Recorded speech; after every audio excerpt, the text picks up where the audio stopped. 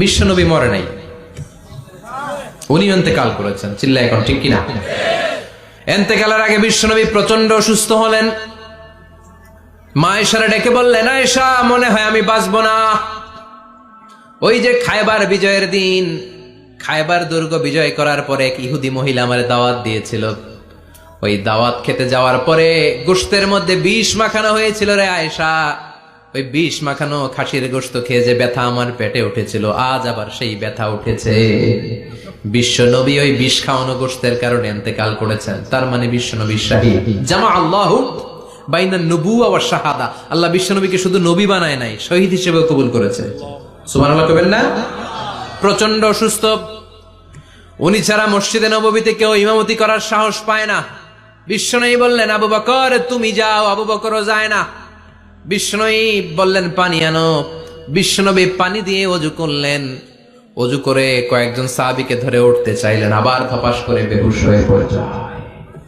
বিশ্বনবী উঠতে পারে না। আবার বললেন, ঠান্ডা পানি আনো। পানির ভেতরে বিশ্বনবী 2 হাত ঢুকিয়ে দিয়ে ঠান্ডা ভিজা হাত দিয়ে চেহারার মধ্যে মাসে করলেন আর বললেন, ইন্নালিল মাউতি লা সাকারাত। হায়রে মৃত্যুর কি যন্ত্রণা, হায়রে মৃত্যুর যে কি কষ্ট। ও মিয়া, বিশ্বনবী যদি মৃত্যুর কষ্টে কাতরায়, আমাদের অবস্থা কি? আমাদের নসিবে কি আছে? আল্লাহ তুমি বাঁচাও, পড়ে না আমি। বিশ্বনবী কাঁদছেন, সাহাবারা একের পর এক দেখতে আসে। কান্নার রোল পড়ে গেল চারদিকে। বিশ্বনবীর কলিজার টুকরা নয়নের পুটুলি সাইয়্যিদাতুনা ফাতিমা বিশ্বনবীর কান্না সহ্য করতে পারে না। বিশ্বনবীকে ধরে সাইয়্যিদাতুনা ফাতিমা কান্নাকাটি শুরু করে দিলেন আর বললেন, ওয়া কুরবাবা, ওয়া কুরবাবা, হায় হায় আমার বাবার কি কষ্ট, আমার বাবার কি কষ্ট হচ্ছে। বিশ্বনবী বললেন, ফাতেমা তুমি কেঁদো না, আমার কষ্ট আজকের পরে আর থাকবে না। আজকে তোর বাবার সব কষ্ট বন্ধ হয়ে যাবে। কি যেন কানে কানে বললেন, ফাতেমা আরো কেঁদে দিল। আবার কানে কানে কি যেন বললেন, ফাতেমা হেসে দিল। বিশ্বনবীর ইন্তেকালের অনেক পর মা আয়েশার কাছে ফাতেমা বললেন, আমি যখন প্রথমে কেঁদেছিলাম, আব্বা বলেছিল আমি আর বাঁচবো না রে ফাতেমা। আবার কানে কানে একটা কথা বলার পরে হেসেছিলাম, আব্বা বলেছিল আমার পরে আমার পরিবার বর্গের মধ্য থেকে সর্বপ্রথম তোমার সাথে আমার দেখা হয়ে যাবে রে ফাতেমা। অল্প কয়েক মাসের ব্যবধানে সাইয়্যিদাতুনা ফাতেমা উনিও ইন্তেকাল করলেন। বিশ্বনবী শোয়া থেকে উঠতে পারে না। এক সাহাবীকে দেখলেন মেসওয়াক করছে। বিশ্বনবী মেসওয়াকের দিকে তাকিয়ে রইলেন। বিশ্বনবীর নিথর দেহটা পড়ে আছে। আয়েশারা যে বলবে, আয়েশা মেসওয়াক দাও, বলতে পারে না।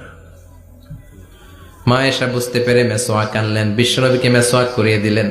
এবার বিশ্বনবী বললেন, ও আবু বকর শোনো, আল্লাহ আমাকে অপশন দিয়েছে। কি দিয়েছে? আল্লাহ বলেছে, নবী আজীবন থাকতে চাইলে থাকেন, আর আসতে চাইলে চলে আসেন। আমি থাকতে না চেয়ে আল্লাহর কাছে চলে যাওয়ার ইচ্ছা করলাম।